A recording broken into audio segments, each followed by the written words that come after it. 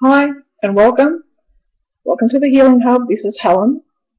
Today I'm going to talk about panic attacks, which is not a very pleasant thing, but I'm sure if you're watching this, you've already experienced at least one.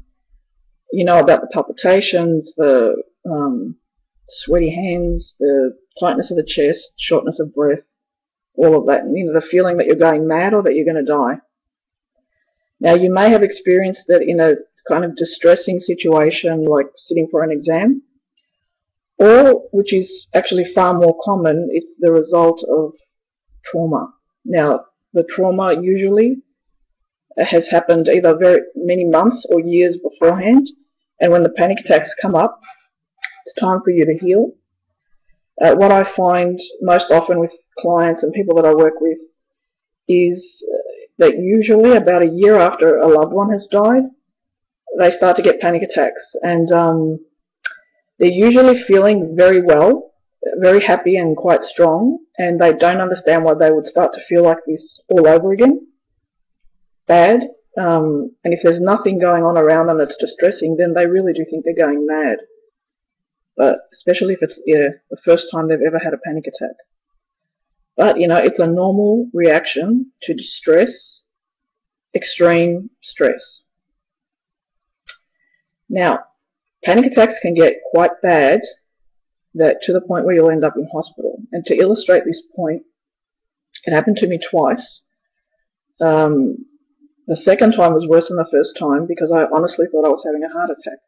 My chest was so tight and heavy, and I found it so difficult to breathe, I thought I was dying. And now, because there's a history of heart attack on my mother's side, and the previous year I had a cousin who died of a heart attack at the age of 33 on my mother's side, and I was 36 at the time, so I thought I was a goner. I went to hospital because nothing I did worked, and what I'm about to describe soon worked 99% of the time, but this time it did not work. And they tried a number of things, and the one thing that did work was this tablet they gave me called Angiolene, which relaxed all the muscles around my heart, the blood vessels, and I could breathe again. Now, this is not something you can get over the counter. Even if you go to your doctor and get a prescription, you have to go through tests first to get that prescription. And when you're in that moment and you think you're going to die, go to the emergency room. The moral of the story, seek medical attention ASAP, because you don't know. I don't know how much longer I could have gone feeling that way. Now, the things that have worked for me most of the time are, number one, the rescue remedy, which those of you who aren't familiar with Bach flower essences, you may not have heard of this. Okay, this is what it looks like. This is a larger bottle. There's also one that's half the size. The recommended dosage is 4 drops, and they recommend that you take it on top of the tongue. But I tried that in the beginning, like about 15 years ago when I started taking it, and it really didn't work for me. I found that under the tongue was better, faster, really quick. So I recommend taking it that way, and if you're going through a particularly bad patch, take it 3 or 4 times a day. I've done that. Take it with you everywhere. It's easier for women because they can put it in their handbag, but if you're a man, put it, I don't know, maybe keep several bottles. One in your car, in your office, in your bedroom, whatever. It's a lifesaver. It really is. Number 2 is breathing and controlling your breathing or slowing down your breathing. So if you take in a deep breath, usually counting to 2, and then breathe out slowly, counting backwards from 5. Now when you breathe out, counting backwards, the counting backwards slows down your brain, and actually it relaxes your mind.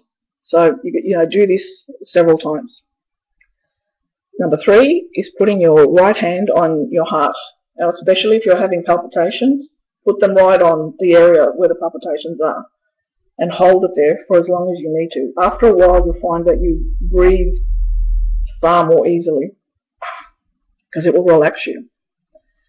Number 4 covers kind of 2 things. They're self-soothing behaviours. That's what I call them.